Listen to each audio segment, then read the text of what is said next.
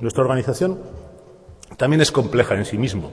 Tenemos tres grandes áreas organizativas, que son industrial, comercial y de servicios. Es la típica organización matricial. Muchas de las dependencias y de las responsabilidades son compartidas entre la dirección de la corporación y la dirección española. Ya saben, una organización matricial que es compleja, porque es complejo en los mercados globales el coordinar todos los aspectos de fabricaciones, producciones, desarrollos, etcétera. Y a una actividad compleja pues no se le puede enfrentar una organización simple. Y también nos decidimos por el modelo FQM porque realmente es un modelo de gestión que nos permite, nos facilita la gestión en los entornos organizativos, vamos a llamar, complejos, en los entornos complejos. Es un modelo que concentra, enfoca muy bien los esfuerzos en diferentes áreas, en diferentes actividades, maneja indicadores que son universales, por otra parte, que son entendidos por todo el mundo y que además está orientado a la creación de valor para accionistas, para empleados, para la sociedad en general, que es algo que reza nuestros principios corporativos. Querría darles algunas pistas sobre algunas, poquitas, de nuestras actividades en algunos de estos cuadros de enfoque del modelo FQM. Resultados excelentes. Nosotros entendemos por resultados excelentes aquellos que satisfacen a nuestros grupos de interés. Y nuestros grupos de interés, esta es la palabra más cercana a lo que los ingleses llaman los stakeholders, grupos de interés. Estamos, en cualquier caso, ante una nueva forma de gestionar las empresas, las compañías. Hace algunos años las empresas organizábamos y enfocábamos todas nuestras actividades a satisfacer a tres grupos de interés principales. Eran los accionistas, tratábamos de incrementar el valor de su acción, eran los clientes, que en definitiva compraban nuestros productos y usaban nuestros servicios, y eran los empleados, porque los empleados, bueno, pues son el motor de las organizaciones.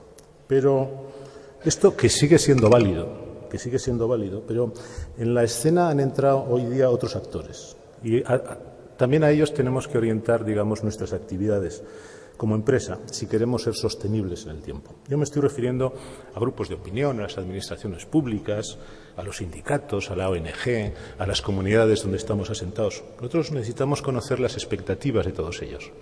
También tenemos que saber cuáles son sus expectativas, qué es lo que esperan de nosotros y los tenemos que convertir en nuestros propios objetivos estratégicos.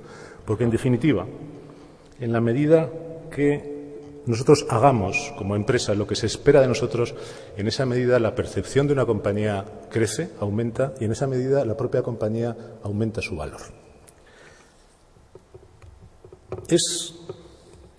Yo les diría, una nueva forma de entender la empresa, en que han cobrado valor, especial valor, la excelente gestión en muchos activos que ahora se llaman o que son intangibles, pero que conforman la empresa. El modo tradicional de gestionar una empresa en base a las cosas tangibles, que básicamente han sido financieras, las cosas tangibles, ha dado paso a una forma responsable de gestionar las compañías que contempla, cuida los activos tanto tangibles como intangibles. ¿Y qué aspectos intangibles hay?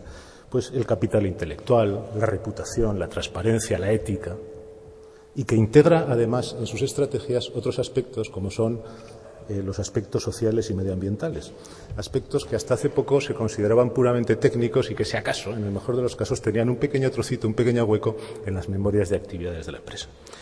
Y esta forma de gestionar también obliga a una especie de comunicación bidireccional. No solo la información financiera, que por otra parte suele ser obligatoria por ley, sino también una información de carácter social, que es lo que estamos haciendo, formación, prevención de siniestralidad, acción social, etcétera, y de carácter medioambiental, es decir, cuál es el impacto en el entorno donde estamos, emisiones, residuos, etcétera, etcétera.